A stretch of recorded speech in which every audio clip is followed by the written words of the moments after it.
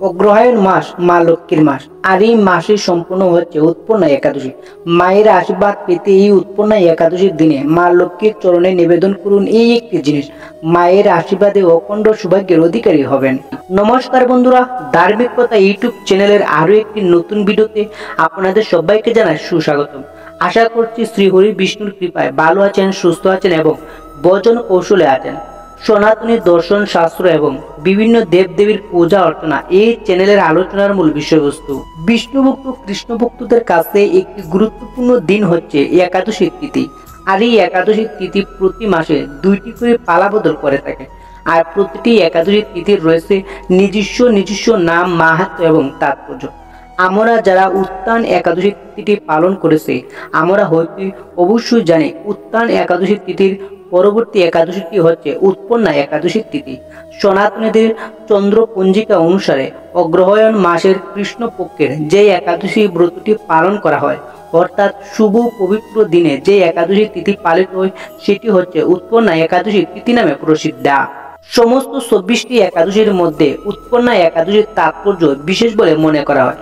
যদিও সমস্ত 24টি একাদশী তিথি অতি গুরুত্বপূর্ণ সনাতন ধর্মাবলম্বীদের কাছে, তবু এই উৎপন্না একাদশীর বিশেষ তাৎপর্য মাহাত্ম্য রয়েছে। পুরাণের মধ্যে উৎপন্না একাদশীর তাৎপর্য উল্লেখ রয়েছে। এতে বলা হয়েছে, যে ব্যক্তি এই উৎপন্না একাদশী ব্রতটি পালন করে যে পূর্ণফল লাভ করে, তা বদ্ধজীব মোহবশত বহু পাপকর্ম করেও রক্ষা পায়। অর্থাৎ যে সকল শ্রীবিষ্ণুর ভক্তরা, শ্রীকৃষ্ণের ভক্তরা উৎপন্না একাদশী ব্রতটি পালন করেন, তারা অবশ্যই যমদণ্ড থেকে মুক্তি লাভ পায়। এই ব্রত পালনে সর্বপাপ বিমুক্ত হয়ে শ্রীবিষ্ণু লোকে গমন করাও সম্ভব হয়। সনাতনীদের পৌরাণিক বিশ্বাস অনুসারে যে ব্যক্তিরা এই উৎপন্না একাদশী ব্রতটি পালন করবেন, তারা বর্তমান বা পূর্ববর্তী জীবনের সংগঠিত তার খারাপ কর্ম এবং পাপ দূর করে। এটি যমলোক বা নরকের অত্যাচার থেকে রক্ষা করে এবং স্বর্গে একটি জায়গা সুরক্ষা করে। তাই এই উৎপন্না একাদশীর দিন আমাদের ধর্ম, আত্মদর্শন, ভালো কর্ম এবং পুণ্যপ্রাপ্তির গুরুত্ব শেখায়। যে সকল ভক্তরা উৎপন্না একাদশী ব্রতটি পালন করবেন, তারা অবশ্যই নিয়মগুলো মানার চেষ্টা করবেন। বন্ধুরা, সনাতন ধর্মাবলম্বীদের কাছে মা লক্ষ্মী হলেন ধন, সম্পদ ও সৌভাগ্যের দেবী। মা লক্ষ্মী দেবীকে এই অগ্রহায়ণ মাসের কৃষ্ণপক্ষের উৎপন্না একাদশীর দিনে সন্তুষ্ট করার জন্য সকল সনাতন ধর্মাবলম্বীরা গৃহস্থের বাড়িতে নানান ধরনের উপচার দিয়ে মায়ের পূজা অর্চনা করে থাকে। বিশ্বাস করা হয়, যদি ভগবান শ্রীবিষ্ণুর এই প্রিয় একাদশীর দিনে মাকে একবার প্রসন্ন করা যায়, তাহলে সেই গৃহস্থের বাড়িতে মায়ের শুভ আগমন ঘটবে। সাথে সাথে গৃহস্থের বাড়িতে শুভ লক্ষণও দেখা যায়। যার বাড়িতে সদয় হয় মা, তার বাড়িতে কখনো অর্থের, অন্যের, বস্ত্রের প্রভৃতির বিষয়বস্তুর সংকট দেখা যায় না। মূল পর্বে যাওয়ার পূর্বে আমার সকল দর্শক বন্ধুদের কাছে অনুরোধ করব, ভিডিওটি সম্পূর্ণরূপে দেখবেন, কোথাও ভিডিওটি স্কিপ করে দেখবেন না, তাহলে প্রচুর প্রয়োজনীয় তথ্য বাদ করে যেতে পারে। আর দেখার পর যদি ভিডিওটি ভালো লাগে, তাহলে অবশ্যই চ্যানেলটি সাবস্ক্রাইব করবেন, লাইক করবেন, আর কমেন্ট বক্সে ভক্তি, ভালোবাসা, শ্রদ্ধা দিয়ে জয় মা লক্ষ্মীর জয় লিখতে কিন্তু ভুলবেন না। আর অবশ্যই ভিডিওটি আপনার নিকট আত্মীয়স্বজন, বন্ধু বান্ধবদের সাথে শেয়ার করতে ভুলবেন না। এখন চলুন আলোচনা করা যাক 2024 সালের উৎপন্না একাদশী ব্রতের শুভ সময়সূচি সম্পর্কে। 9ই অগ্রহায়ণ 25 নভেম্বর রোজ সোমবার রাত্রি 2:18 পর্যন্ত, তারপর একাদশী আরম্ভ। 10ই অগ্রহায়ণ 26 নভেম্বর রোজ মঙ্গলবার একাদশী তিথি রাত্রি 4:24 পর্যন্ত, তারপর দ্বাদশী আরম্ভ। অর্থাৎ এই দিনে 10ই অগ্রহায়ণ 26 নভেম্বর রোজ মঙ্গলবার দিন উৎপন্না একাদশী উপবাস পালন করতে হবে। এখন চলুন আলোচনা করা যাক উৎপন্না একাদশীর ব্রতের পালনের শুভ সময়সূচি সম্পর্কে। 11ই অগ্রহায়ণ 27 নভেম্বর রোজ বুধবার উৎপন্না একাদশী পালন করতে হবে পূর্বাহ্ন 6:32 গতে দিবা 10:56 মধ্যে। এই হলো বন্ধুরা 2024 সালের উৎপন্না একাদশী ব্রতের শুভ সময়সূচি। বন্ধুরা, আর্থিক সংকট দূর করতে এবং পরিবারের সুখ স্বাচ্ছন্দ্য বজায় রাখতে মা লক্ষ্মীকে আমরা পূজা করে থাকি। এমন অনেকে আছেন যারা অনেক আয় রোজগার করছেন, কিন্তু টাকা ধরে রাখতে পারছেন না। এই পরিস্থিতিও বদলাবে। এই পৃথিবীতে অর্থকারী, টাকা পয়সার সমস্ত কিছু মায়া হলেও সংসারে বেঁচে থাকতে হলে এগুলো অবশ্যই প্রয়োজন রয়েছে।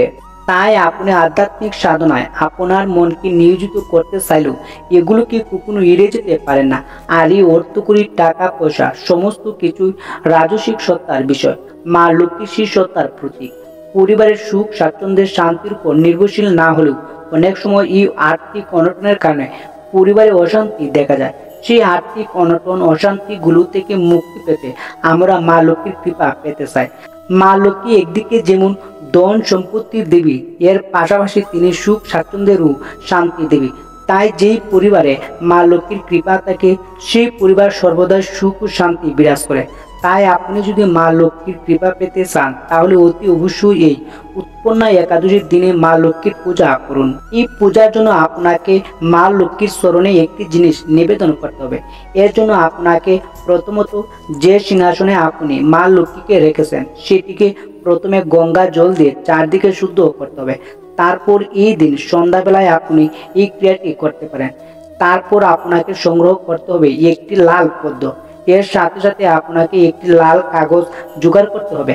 কাগজটিতে আপনি আপনার যে কোনো একটি মনস্কামনা লিখুন এবং তার সাথে ওই মনস্কামনাটি আপনি কতদিনে পূরণ করতে চান সেটিও লিখে রাখুন। তার সাথে লিখুন এই ছোট্ট একটি মন্ত্র, ওম শ্রীং লক্ষ্মী দিব্যায় নমঃ। এরপর মা লক্ষ্মীর সামনে শুদ্ধ বস্ত্র পরিধান করে একটি ঘিয়ের প্রদীপ, একটি ধূপকাঠি জ্বালিয়ে শঙ্খধ্বনি দিন 3 বার। পরে মা লক্ষ্মীর কাছে হাত জোড় করে পূর্বের এই মন্ত্রটি 108 বার জপ করুন মনে মনে। এরকম ভাবে 108 বার বলার পর যে কাগজটিতে আপনি আপনার মনস্কামনাটি কথাটি লিখেছেন এবং সেই পদ্মফুলটিকে মা লক্ষ্মীর চরণে নিবেদন করুন। তার সাথে সাথে একটি ধাতব মুদ্রা অর্থাৎ 1 টাকা, 2 টাকা, 5 টাকার একটি কয়েন মা লক্ষ্মীর চরণে রাখুন। এরপর একান্ত চিত্তে পূর্ণ বিশ্বাসের সাথে মা লক্ষ্মীর কাছে আপনি আপনার মনস্কামনাটি ব্যক্ত করুন মনে মনে। মা লক্ষ্মী যাতে আপনার মনস্কামনা এই নির্দিষ্ট সময়ের আগে পূরণ করেন তার জন্য পূর্ণ বিশ্বাস, ভক্তি, শ্রদ্ধা সাথে মা লক্ষ্মীর কাছে প্রার্থনা করুন। এই সম্পূর্ণ ক্রিয়াটি হয়ে যাওয়ার পর এই লাল কাগজটি আপনি আপনার মানিব্যাগে অথবা আপনার দোকানের ক্যাশে বাক্সে অথবা আপনার বাড়িতে আপনি যেখানে টাকা পয়সা রাখেন সেই স্থানে এটি রাখুন। নিজে নিজে দৃঢ় প্রতিজ্ঞাবদ্ধ হয়ে যান ওই সময়ের আগে আপনি ক্রিয়াটি সম্পূর্ণ করবেন এবং তার জন্য মা লক্ষ্মী আপনাকে সর্বদা সাহায্য করবে। এটি ভেবে আপনি ওই ক্রিয়াটি করার জন্য এগিয়ে যান। মা লক্ষ্মীর কৃপা দৃষ্টি আপনার উপর সর্বদা রয়েছে। পূর্ণ একাদশী ব্রতের মাহাত্ম্য কথাটি শ্রবণ করা যাক। অর্জুন বলেন, হে দেব, অগ্রহায়ণের পূর্ণ প্রদায়নে কৃষ্ণপক্ষের একাদশীকে কেন উৎপন্না বলা হয় এবং কি জন্য বা এই একাদশী পরম পবিত্র দেবতাদেরও প্রিয় তা জানতে ইচ্ছা করি। আপনি কৃপা করে আমাকে তা বলুন। শ্রী ভগবান বলেন, হে পিতাপুত্র, পূর্বে সত্যযুগে মূর নামে এক দানব ছিল। অদ্ভুত আকৃতি বিশিষ্ট সেই দানবের স্বভাব ছিল অত্যন্ত কুপনীয়। সে দেবতাদেরও ভীতি করছিল। যুদ্ধে দেবতাদের এমনকি স্বর্গরাজ্য ইন্দ্রকে পর্যন্ত পরাজিত করে স্বর্গ থেকে বিতাড়িত করেছিল। এইভাবে দেবতারা পৃথিবীতে বিচরণ করতে বাধ্য হয়েছিল। তখন দেবতারা মহাদেবের কাছে গিয়ে নিজেদের সমস্ত দুঃখ সবিস্তারে জানালেন। শুনে মহাদেব বলেন, হে দেবরাজ, যেখানে শরণাগত বৎসল জগন্নাথ গুরুদোষ বিরাজ করছেন তোমরা সেখানে যাও। তিনি আশ্রিতদের পরিত্রাণকারী, তিনি নিশ্চয়ই তোমাদের মঙ্গল বিধান করবেন। দেবাদিদেবের কথা মতো দেবরাজ ইন্দ্র দেবতাদের নিয়ে কিরুত সমুদ্রের তীরে গমন করলেন। দেবাদিদেব মহাদেবের কথা মতো দেবরাজ ইন্দ্র দেবতাদের নিয়ে কিরুত সমুদ্রের তীরে গমন করলেন। জলে শায়িত শ্রী বিষ্ণুকে দর্শন করে দেবতারা হাত জোড় করে তার স্তব করতে লাগলেন। স্তুতির মাধ্যমে নিজ নিজ দৈন্য ও দুঃখের কথা তারা ভগবানকে জানালেন। ইন্দ্রের কথা শুনে ভগবান নারায়ণ বলেন, হে ইন্দ্র, সেই মূর দানব কিরকম, সে কেমন শক্তিশালী তা আমায় বলো। ইন্দ্র বলেন, হে ভগবান, প্রাচীনকালে ব্রহ্ম বংশের তালজঙ্গা নামক এক অতি পরাক্রমী অসুর ছিল। তারই পুত্র সেই মূর অত্যন্ত বলশালী, ভীষণ উৎকট দেবতাদের ভয় উৎপাদনকারী। সে চন্দ্রাবতী নামে এক পুরীতে বাস করে। স্বর্গ থেকে আমাদের বিতাড়িত করে তার স্বজাতি কাউকে রাজা, কাউকে অন্যান্য দিকপালে নিয়োগ করেছেন। তার প্রবল প্রতাপে আজ আমরা পৃথিবীতে বিচরণ করছি। ইন্দ্রের কথা শুনে ভগবান দেবদ্রোহীদের প্রতি অত্যন্ত ক্ষুধান্বিত হলেন। তিনি দেবতাদের সঙ্গে চন্দ্রাবতী পুরীতে গেলেন। সেই দৈত্যরাজ শ্রী নারায়ণকে দর্শন করে পূর্ণ গর্জন করতে লাগলেন। দেবতা ও অসুরের মধ্যে তুমুল যুদ্ধ শুরু হয়ে গেল। যুদ্ধে দেবতারা পরাজিত হয়ে এদিক ওদিক পালিয়ে গেল। তখন যুদ্ধক্ষেত্রে শ্রী নারায়ণকে একা দেখে সেই দানব তাকে দাঁড়াও দাঁড়াও বলতে লাগলো। শ্রী ভগবানও ক্রোধে গর্জন করে বললেন, হে রে দুরাচার দানব, আমার বাহুবল দেখ। এই বলে অসুর পুক্ত সমস্ত যোদ্ধাদের দিব্য নাচের আঘাতে নিহত করতে লাগলেন। তখন তারা প্রাণ বয়ে নানান দিকে পালিতে লাগলো। সেই সময় নারায়ণ দৈত্য সৈন্যদের মধ্যে সুদর্শন চক্র নিক্ষেপ করলেন। ফলে সমস্ত সৈন্য ধ্বংসপ্রাপ্ত হলো। একমাত্র মূর অসুর জীবিত ছিল। সে অস্ত্র যুদ্ধে নারায়ণকে পরাজিত করলো। তখন নারায়ণ দৈত্যের সাথে বাহুযুদ্ধে লিপ্ত হলেন। এইভাবে দেবতাদের হিসাবে 1000 বছর যুদ্ধ করেও ভগবান তাকে পরাজিত করতে পারলেন না। তখন শ্রীহরি বিশেষ চিন্তান্বিত হয়ে বদ্রিকা আশ্রমে গমন করলেন। সেখানে সিংহবতী নামে একটি গুহা আছে। এই গুহাটি একদার বিশিষ্ট এবং 12 যোজন অর্থাৎ 80 মাইল বিস্তৃত। ভগবান বিষ্ণু সেই গুহার মধ্যে শয়ন করলেন। সেই দৈত্য তার পিছু পিছু ধাবিত হয়ে গুহার ভিতর প্রবেশ করলেন। সেই বিষ্ণুকে নিদ্রিত বুঝতে পারল। অত্যন্ত আনন্দিত হয়ে ভাবতে লাগলো, আমার সাথে যুদ্ধে পরাজিত হয়ে বিষ্ণু এখানে গোপনে শুয়ে আছেন। এখন আমি তাকে অবশ্যই বধ করব। দানবের এরকম চিন্তার সঙ্গে সঙ্গে বিষ্ণু শরীর থেকে একটি কন্যা উৎপন্ন হলো। এই কন্যায় উৎপন্ন একাদশী। তিনি রূপবতী সৌভাগ্যশালিনী, দিব্য অস্ত্রশস্ত্র ও বিষ্ণু তেজ সম্ভূতা বলে মহাপরাক্রমশালী ছিলেন। দৈত্যরা সেই শ্রীরূপিণী দেবীর সাথে তুমুল যুদ্ধ শুরু করলো। কিছুকাল যুদ্ধের পর দেবীর দিব্য তেজে অসুর ভস্মীভূত হয়ে গেল। তারপর বিষ্ণু জেগে উঠে সেই ভস্মীভূত দানবকে দেখে বিস্মিত হলেন। এক দিব্য কন্যাকে তার পাশে হাত জোড় করে দাঁড়িয়ে দেখলেন। বিষ্ণু বলেন, হে মহাপরাক্রান্ত উগ্রমূর্তি, এই মূর দানবকে কে বধ করলো?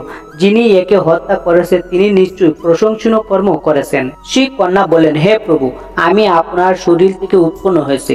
আপনি যখন ঘুমিয়েছিলেন তখন এই দানব আপনাকে বধ করতে চেয়েছিলেন। তা দেখে আমি তাকে বধ করেছি। আপনাদের কৃপাতে আমি তাকে বধ করতে পেরেছি। একথা শুনে ভগবান বলেন, আমার পরাশক্তি তুমি একাদশীতে উৎপন্ন হয়েছে, তাই তোমার নাম হবে একাদশী। আমি এই ত্রিলোকে দেবতা ও ঋষিদের অনেক বর প্রদান করেছি। হে বদ্রে, তুমিও তোমার মন মতো বর প্রার্থনা করো, আমি তোমাকে তা প্রদান করব। একাদশী বলেন, হে দেবেশ, ত্রিভুবনের সর্বত্র আপনার কৃপায় সর্ববিঘ্ন নাশিনী ও সর্বদায়িনী রূপে যেন পরম পূজ্য হতে পারি, এই বিধান করুন।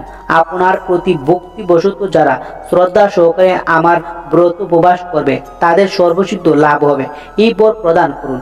বিষ্ণু বলেন, হে কল্যাণী, তাই হোক।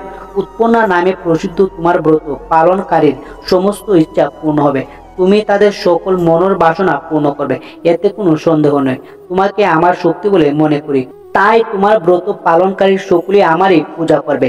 এর ফলে তারা মুক্তি লাভ করবে। তুমি হরিপ্রিয়া নামের জগতে বিখ্যাত হবে। তুমি ব্রত পালনকারী শত্রু বিনাশ, পরম গতি দান এবং সর্বসিদ্ধি প্রদান করতে সমর্থ হবে। ভগবান বিষ্ণু এইভাবে উৎপন্না একাদশীকে বরদান করে অন্তর্হিত হলেন। সমস্ত ব্রতকারী দিবারাত্রি ভক্তিপরায়ণ হয়ে এই উৎপন্না একাদশী উৎপত্তি কথা শ্রবণ কীর্তন করলে শ্রীহরির আশীর্বাদে লাভ করে ধন্য হবেন। এই হলো বন্ধুরা উৎপন্না একাদশী ব্রতের মাহাত্ম্য কথা। আশা করি ভিডিওটি আপনাদের ভালো লেগেছে। ভিডিওটি ভালো লেগে থাকলে লাইক, কমেন্ট এবং আপনজনদের কাছে শেয়ার করতে ভুলবেন না। ভালো থাকুন, সুস্থ থাকুন। ঈশ্বর আপনাদের মঙ্গল করুক। নমস্কার।